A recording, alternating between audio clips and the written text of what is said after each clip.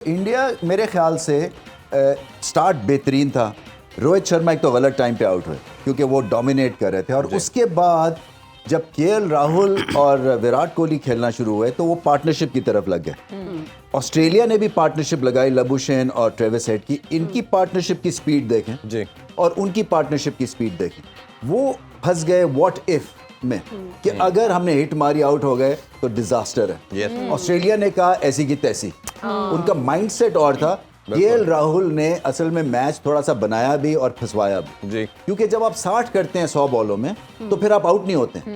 तो वो लबुशेन वाली इनिंग्स खेले, मगर लबुशेन के साथ थे ट्रेविस हेड, वहां पे वो थे नहीं। विराट कोहली को बेहतरीन लेंथ पे उन्होंने बॉलिंग की, पीछे फंसा के रखा, और एंड में जो प्लेड ऑन हुआ वो दो माइंड्स में थे कि क्या वो पुल करे या उसको ऐसे करके सिंगल ले। सो ये एक प्लान भी था।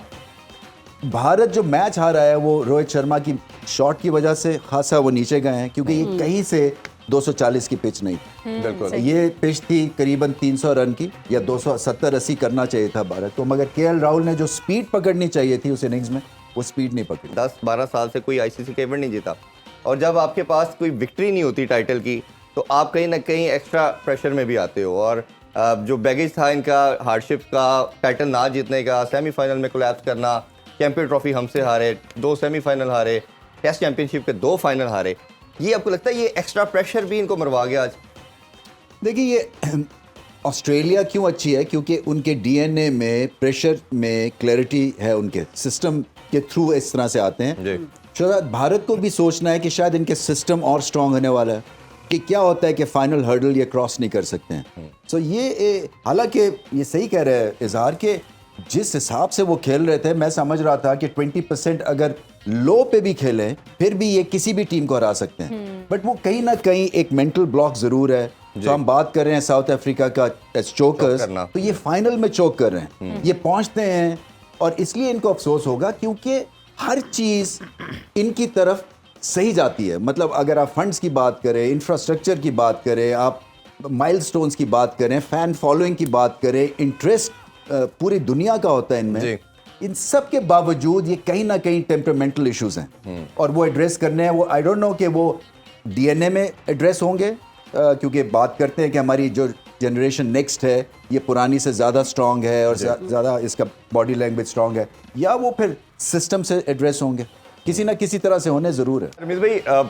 अगर इस वर्ल्ड कप के ऑस्ट्रेलिया की जर्नी देखें, और शुरू में 2 मैचेस हारे, बड़ी इन पे क्रिटिसाइज हुआ, ज़ैम्पा पे बात बहुत हुई, वो हाईएस्ट विकेट टेकर बना उनके लिए, second highest in the world cup as well.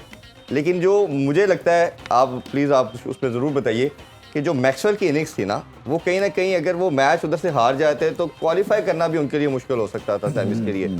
उससे जब आप हमेशा बात करते हैं कि जब ऐसे मोमेंट पे कोई आपको विक्ट्री मिलती है, वो इतना ज़्यादा आप लिफ्ट अप होते हैं, तो फिर किसी भी मोमेंट पे नहीं आप हारते। आपके ख्याल में भी ऐसा ही है कि वो विक्ट्री इनको उठा के ले गई? देखिए, 92 वर्ल्ड कप का फिर एक रेफरेंस पॉइंट क्रिएट होता है ना, जो इंजमाम खेला सेमीफाइनल में, उसके बाद हमें पता था कि अगर हम फाइनल में पहुंच गए तो हम हारेंगे नहीं, बिकॉज इम्पॉसिबल सिचुएशन से वो मैच हम ले गए थे, और ऐसे ही था वो भी। हाउसफुल था, न्यूजीलैंड में कोई पाकिस्तानी फैंस नहीं थे, तो हम अगेंस्ट न्यूजीलैंड फैंस भी खेल रहे थे, अपने आप को चैलेंज भी कर रहे थे। तो इसी तरह से ही हुआ, एक टांग के ऊपर इतनी बड़ी इनिंग्स, और इस तरह की इनिंग्स जो कि मानी गई है कि ओडीआई की क्रिकेट हिस्ट्री में सबसे बड़ी इनिंग्स है। बिल्कुल। तो उससे क्या होता है कि आपकी टीम खड़ी हो जाती है, फिर आपको ये कॉन्फिडेंस आता है कि एक नंबर 7 पे हमारे पास बल्लेबाज है कि जब आएगी सिचुएशन तो वो खड़ा हो सकता है दोबारा। तो ये ओवरऑल एक बहुत ही ग्रेट तरह से जो एक डगआउट एनवायरनमेंट को एक जो पुश मिली है ना, वो उस इनिंग्स के थ्रू मिली। रिव्यू ना लेना, इस हवाले से क्या राय रखते हैं? देखिए, ये टीम के लिए खेले हैं वो, जो रिव्यू ना लेना भी होता है ना, ये बहुत बड़ी बात होती है, क्योंकि आपने देखा है कि टीम्स जो होती हैं वो जो खास तौर पे जो हमारे एशियन ब्लॉक में हैं क्रिकेटर्स, वो फौरन ले लेते हैं रिव्यू कि मेरी बचत किस तरह से हो जाए। तो ये जो नॉक लिया ना उन्होंने, वो टीम के लिए लिया, क्योंकि उन्होंने पूछा, और उनका ये ख्याल था कि अगर ये स्टंप्स को या बेल्स को किस भी कर रहे हैं तो आउट है। सो मुझे ऐसा लगता है कि आइडिया तो नहीं था, क्योंकि वो स्लोअर वन था, बाउंस हो रहा था, और स्लो बाउंस के ऊपर आप एक्सपेक्ट करते हैं कि कहीं ना कहीं बॉल विकेट को लगेगा, बट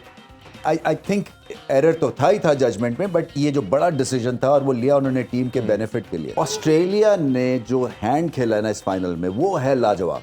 अच्छा, क्योंकि वो क्या है? वो ये है कि टॉस जीत के इस तरह की बॉलिंग करना। देखिए हर कोई टॉस जीतता है और वो कोशिश करता है कि लिमिट करे ताकि हम रन चेस करेंगे, और वो सोच रहे थे 300, उन्होंने कहा प्रेजेंटेशन में कि 300 भी हम कर जाते हैं। तो पहले तो ये हैंड ब्रिलियंट खेला कि 240 में आउट किया, उसके बाद ये रीड किया कि शायद ड्यू होगी तो बैटिंग आसान हो जाएगी सेकंड टाइम, क्योंकि गेंद स्किड करता है, स्पिन नहीं करता, सीम नहीं करता, और फिर 3 आउट के बावजूद जो काउंटर अटैक किया, ये बहुत बड़ी बात है क्योंकि फाइनल का प्रेशर अलग होता है। तो हम कहते हैं कि ये जो ना होलसम एक टोटल पैकेज जब तक आपका नहीं बनता आप मैचेस नहीं जीत सकते हैं। तो ये ग्रेट एग्जांपल थी कि ऑस्ट्रेलिया ने होलसम टोटल पैकेज के थ्रू ये मैच जीता।